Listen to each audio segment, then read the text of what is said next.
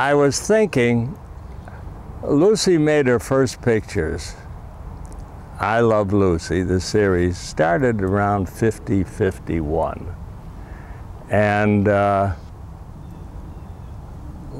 5 years ago, I read in either a magazine or probably the Old Age Journal or something like that, that this guy who never knew her wrote a wonderful article saying, "I still love Lucy." And I think that is proven really true.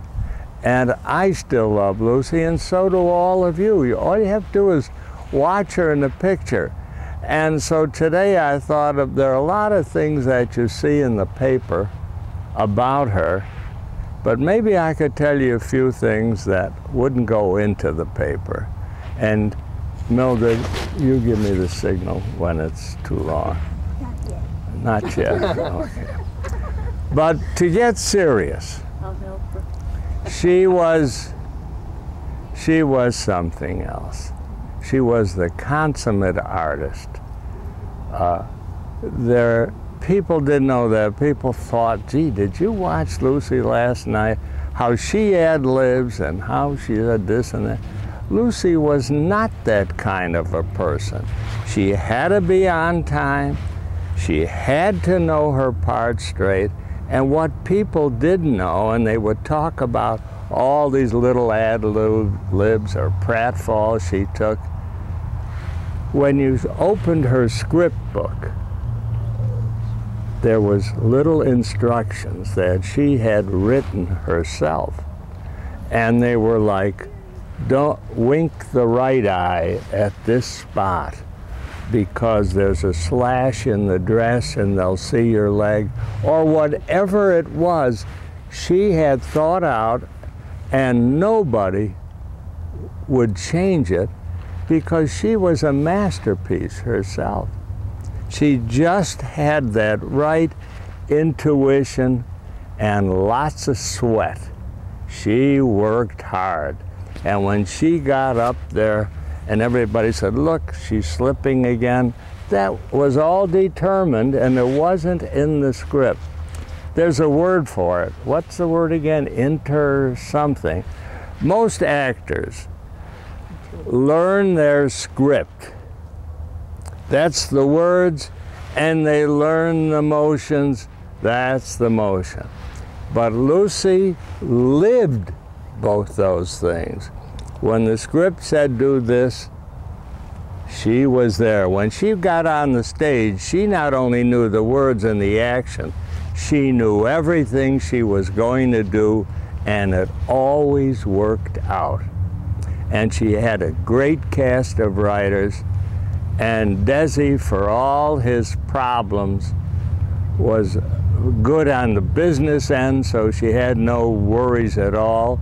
As a matter of fact, she died, I think, the second richest woman in the world. And I tell you how that all happened. I was at ABC in charge of program sales. And all of a sudden, I got an offer from an advertising agency. They were the biggest in the world at that time, to come over and handle their big-time shows, the shows they made a lot of money on.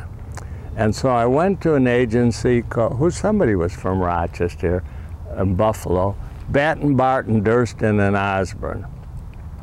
And they had the top 3 shows in the world, along with the U.S. Steel Hour, Armstrong Circle Theater.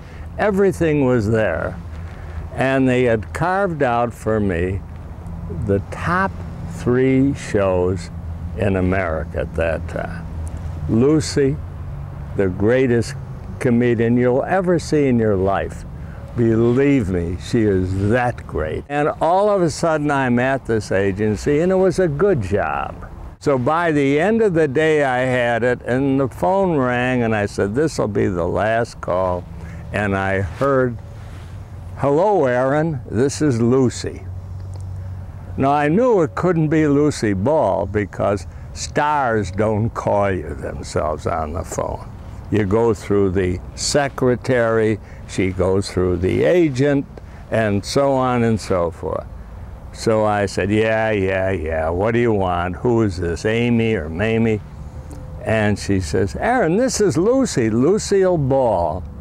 And it dawned on me, geez, maybe it could be Lucy. Maybe she was, and she said, look, I just checked you out, buddy, and I found out you had some great credentials, and I've told CBS, our parent network, that I want you. And I said, oh, I'm glad you're the one who did it. They had mentioned that I would handle the show.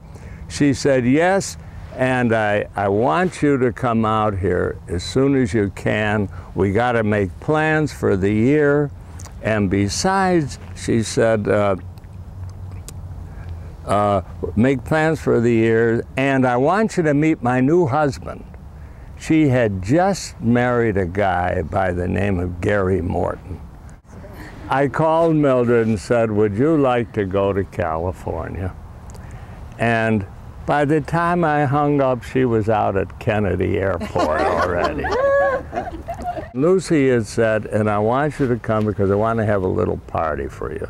She said, just a small, intimate thing. And it was, and we got in the room, and the phone rang right away. Hello, Aaron? Thank God you're here. Come as soon as you can. Don't get all dressed up. So I got ready, and we went. She had a modest little home, I think next to Jack Benny or something like that on the street. She greeted us at the door herself. She introduced us to some of the Hollywood people she had invited, not many, and she introduced me to her new husband. And it was wonderful because she served us herself. I'm telling you these things just to say how amazing it was and what a real gal she was. She had a tough life around 16 to 18, but from then on, she got out to California, had done some B pictures, and they were not great pictures. They just went along. She held her own, and suddenly people recognized this talent for humor that she has that is untouchable. How many minutes have I gone, Mother? Okay. Some of you people say, tell us more. Later.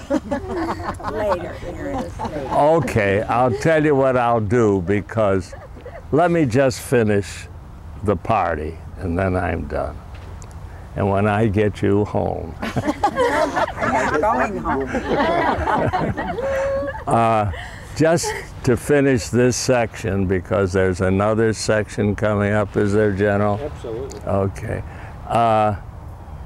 She said, I want to talk to you, come on out to the pool.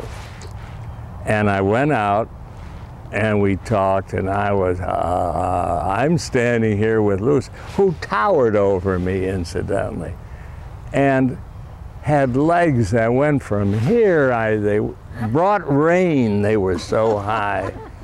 And she was beautiful and piercing blue eyes, and she says to me, Aaron, I'm so glad you came, and I'm so glad you met my husband. What do you think of him? Isn't he wonderful? Well, now, how was I going to say? No, Lucy, you're all wrong. He wasn't wonderful. But that's how my first day with Lucy got off. And it was, as far as television goes, she led me into the greatest years of my life. And all right, I'm through. And